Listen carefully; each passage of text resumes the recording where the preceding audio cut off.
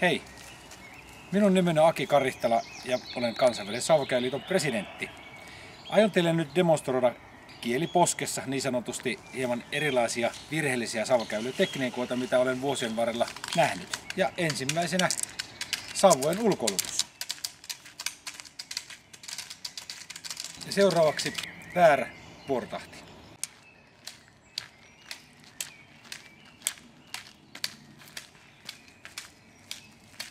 Sitten aika paljon myöskin Suomessa nähty tekniikka nimeltään ruisrannetekniikka, joka kehittää ainoastaan ranteen alueen lihaksia.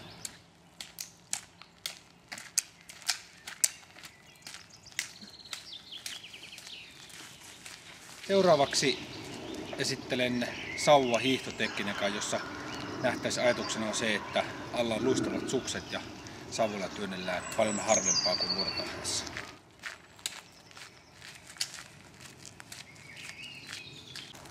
Ja tähän loppuun sitten oikea luonnollinen alkuperäinen sauvakäylytekniikka.